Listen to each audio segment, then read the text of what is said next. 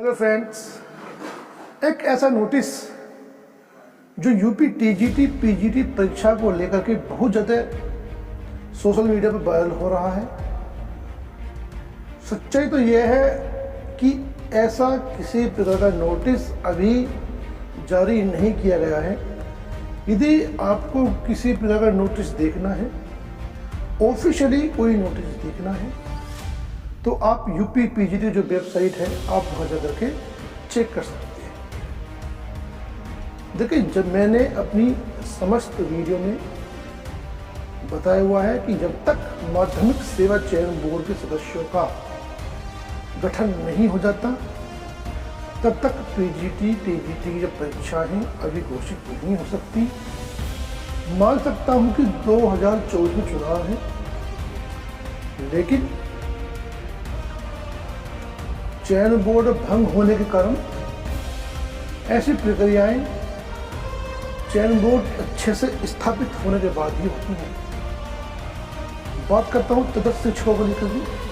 देखिए, तदस्थ शिक्षक के जो पद हैं उनका ब्यौरा तो हमारे पास है, लेकिन खुशी की बात यह है कि यदि पोर्टल खुलता है तो तदस्थ शिक्षकों के साथ साथ 2022 में जितने भी पद खाली हुए हैं शिक्षकों के, उन पदों को भी इसमें जोड़ना जाएगा। पोर्टल खुलने से बहुत ज़्यादा फायदा है।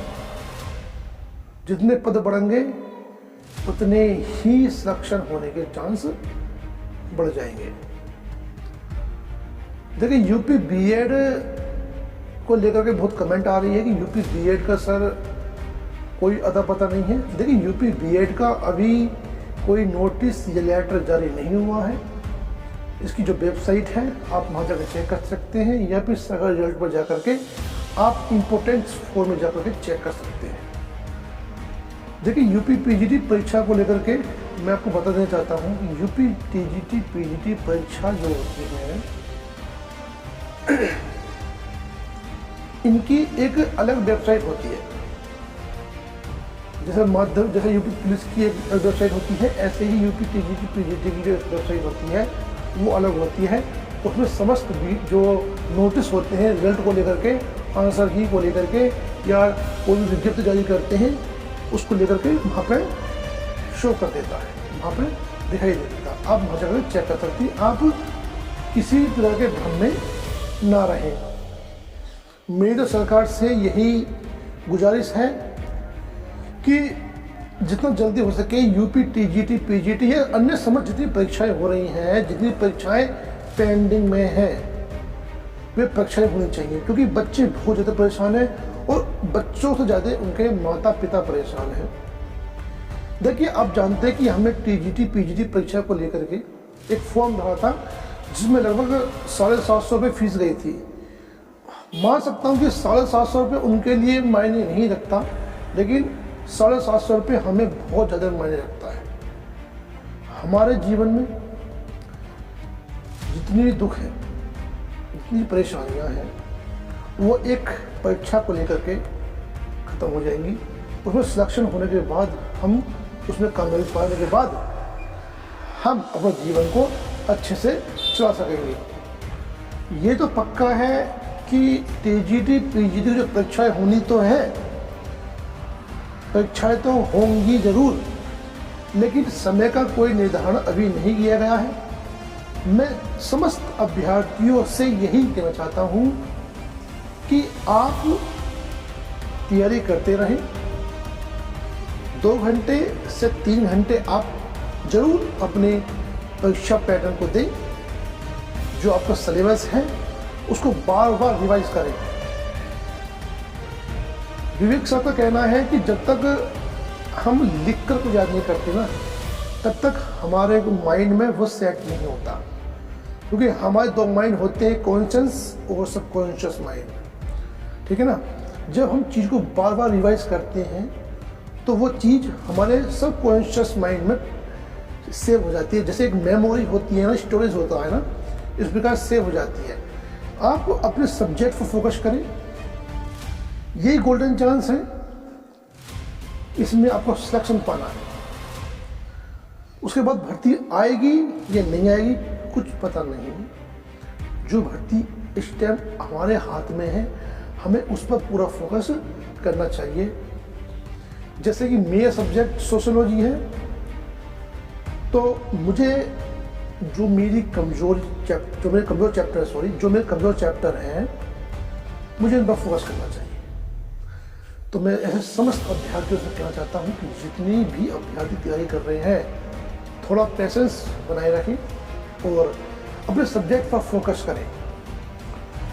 ऐसे अभ्यर्थी जिन्होंने अभी एमए ही किया हुआ है और पीजीटी की तैयारी कर रहे हैं, मैं उन अभ्यर्थियों से कहना चाहता हूँ कि आप बीएड भी करें।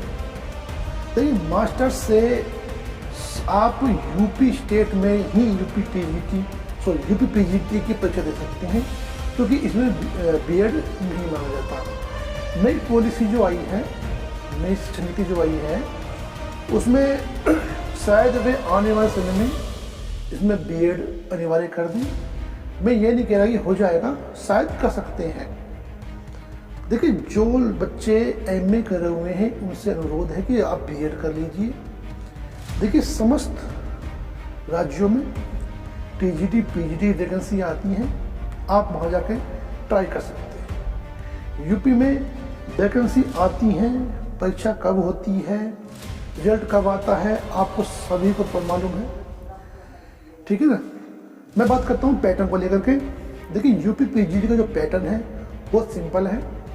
जो आपका सब्जेक्ट है, सिर्फ आपके उससे ही संबंधित क्वेश्चन आएंगे, और जो अन्य बीएड है, स्टेट वाइज जो बीएड कराते हैं, जैसे मान लीजिए हरियाणा है, हरियाणा में जो बीएड होता है, यदि आप बीएड करते हैं और हरियाणा से पीजीटी का एग्ज़ाम देते हैं, तो वहाँ पर कुछ पैटर्न्स हैं। जैसे वहाँ पर जीएस भी आता है और आपका सब्जेक्ट भी होता है। हमारे यूपी में सिर्फ सब्जेक्ट पेपर होता है और इंटरव्यू होता है, लेकिन जीएस नहीं आती है, ठीक है ना। केवीएस में टीजीटी पीजीटी पेपर आते हैं, लेकिन केवीएस में सिर्फ सब्जेक्ट ही मायने नहीं रखता है। आपको उसमें जो जीके है, मैथमेटिक्स जो है, वो भी इंक्लूड होती है। आपको उनकी भी तैयारी करनी होती है, ठीक है ना। और जो दिल्ली है, डीएसएसबी है, उसमें जीएस मांगते हैं प्लस बीएड मांगते हैं। मतलब हमारे यूपी स्टेट ही ऐसा स्टेट है जहाँ पर यूपी पीजीटी में बीएड नहीं मांगा जाता और अन्य प्रदेशों में बीएड मांगा जाता है। अभी मैंने न्यूज़पेपर में पढ़ा था कि जो विद्यार्थी बीएड करे हुए हैं, शायद उन्हें 9000 प्रति माह के माध्यम से बेसिक में रखा जाएगा। मुझे इसकी कोई कंफर्म जानकारी तो नहीं है, मैंने सब यूट्यूब पर ही देखा था, जब मैंने न्यूज़पेपर में पढ़ा था। आने वाले समय में इसके ऊपर एक वीडियो बना दूँगा, आप चाहे तो आप यूट्यूब पर जाकर चेक कर सकते हैं, शायद यूट्यूब पड़ी हुई है। तो मेरा कहने का तात्पर्य ये है कि बीएड करने से आप बहुत ज़्यादा नौकरी के पास जा सकते हैं, आप बहुत ज़्यादा नौकरी प्राप्त कर सकते हैं। आपके पास इतने ऑप्शंस होते हैं बीएड करने के बाद कि आप अच्छी नौकरी प्राप्त कर सकते हैं। कहते हैं कि बीएड हमारे लिए शराब है, बीएड हमारे शराब नहीं, एक वरदान है। बस सोच है समझने की, एक अच्छा रास्ता ढूंढने की, उस पर चलने की। वो आपको तय करना है कि आप किस क्षेत्र में जाना चाहते हैं। आप हाई एजुकेशन में, मीडियम में, लो में। बेसिक में अच्छी वैकेंसी आती है, बेसिक में आप ट्राई कर सकते हैं। यूपी टेट, सीटेट वगैरह आप दे करके आप ट्राई कर सकते हैं। यदि आप मास्टर्स कर रहे हुए तो आप नेट दे सकते हैं, उसके बाद असिस्टेंट प्रोफेसर बन सकते हैं। तो आप तमाम बीएड करने के बाद तमाम परीक्षाएं दे सकते हैं और अच्छी खासी नौकरी प्राप्त कर सकते हैं। इसी के साथ मैं विदा लेता हूँ। मैं दीपक कुमार। यदि आप इस चैनल पर नए आए हैं तो प्लीज़ चैनल को सब्सक्राइब कर लीजिए, वीडियो को लाइक एंड शेयर कर लीजिए। Thank you for watching.